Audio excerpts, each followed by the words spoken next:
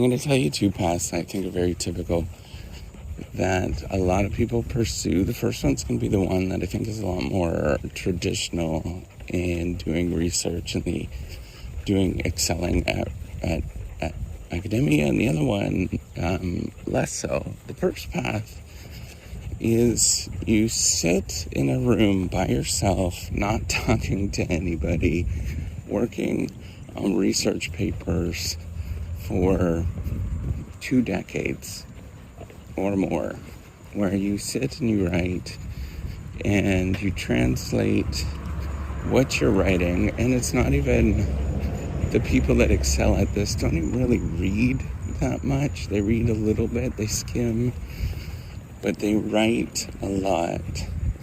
In fact, I would say that reading papers, actually reading, is a distraction in this path forward.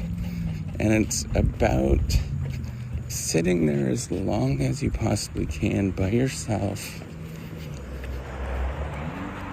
trying to write research papers that people will recognize. And it's for me, and maybe it's not the same for everybody, but for me, it's a very lonely path. That's not how I'm built inside to pursue that. And then here's a second path, is that you prioritize impact in terms of how you actually define it. And that impact is in many different ways. It could be within, so you still have to write, you still have to do research, you still have to read and write, but there's less of an emphasis on trying to actually win the game. And you focus on however impact is in your world. It might be volunteering in the local community. It may be going and taking many more years to do a PhD because you're working. It may be working like a full-time job. It may be just doing administrative work. It may be going out and building a new software platform like I'm trying to do for researchers.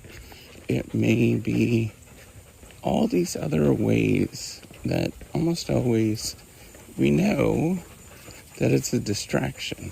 If you're not sitting writing by yourself in a room with nobody around, you are at suboptimal performance. And I know that sounds really challenging for some people to hear this, but it's actually the truth. And the truth often really hurts. I don't think people really understand that. When I tell the truth, almost people want to yell at me. Almost always. They want to say that's not true. They want to say, get off your high horse, all that kind of stuff. And it's anybody that's actually doing it will say, yeah, you know what, that's actually true. And that is what we should be doing. And there's a whole bunch of guilt around that. If you're not actually doing writing, if you're not writing a god-awful amount, and I'm not saying you write a page a day, which is nice. I'm saying you're writing 10 pages a day, and you're doing that repeatedly. If you're not doing that, then you're not performing, and you likely won't be very successful in the career. And people do this in all sorts of different ways. They might do this a popular way to get this to work so you can actually write 10 pages a day is get some sort of network that's together, whether it is graduate students and all of that kind of stuff, and everybody kind of does their thing, and then you just kind of put your name on it. That's a really popular way of doing this kind of work. Now here's the challenging thing, though. When you do that, at least for me, it was extraordinarily long by the time there's any benefits. That's the one thing I've been doing this for 20 years now. It's been one of the harder things for me, is realizing just how long that there is benefits for. I thought it would be relatively quick if you have a great idea. You work on something for a long time. You just work on it really rigorously, and you do a good job that people would recognize. It is so not true. It is. I wish I was brighter that way. So here's the thing with that path. I don't know any different of how to change things when I look back and I did it. It was extraordinarily rigorous and difficult. And there is no other path of actually doing good research.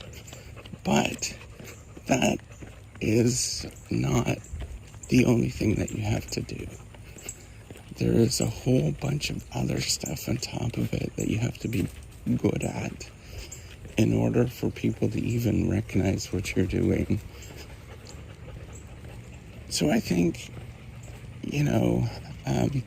the latter path, I think, where you think about other things while living and doing research to the best of your ability, I think often works out for me, but not great. I still, actually being in an office by myself writing, it has worked for me.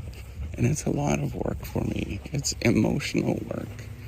And I look at my son now. I look at both my sons. And I look at how they struggle with doing that. And it's the same thing. And I think there's not that many people that naturally like to do it. And so it's work. It's very, very difficult for almost all of us. So what I'm saying is, for me, I don't think I'm ever going to be a success in that path in terms of how people at least see it. It's never going to happen. I'm not going to be the star, all of that kind of stuff. What I'm going to do is what I'm doing is creating my own path where I just do my thing, and maybe it'll work out, maybe not. But I just do my thing.